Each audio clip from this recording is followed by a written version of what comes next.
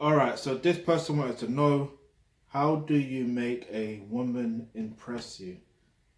Um, Listen, the reality of life is, if she's gonna impress you, she's gonna impress you. Do you get it? If it is what it is.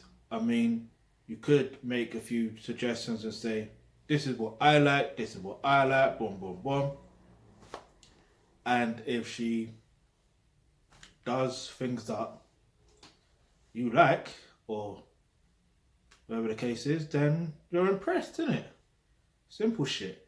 However, one thing I would 100% recommend that you do right now is you click the link in the description box below which says become a member of the Thealkebulantrust. When you do that, you'll get access to online courses such as roles and relationships. Now that's where you're going to learn how to develop yourself as a thoroughbred alpha male. Now watch this. When you develop yourself as a thoroughbred alpha male, you're going to attract women that naturally impress you without you having to insinuate anything. Do you get it? Because you're just being your natural self. Now, click the link in the description box below to become a member of the Thealkebulantrust.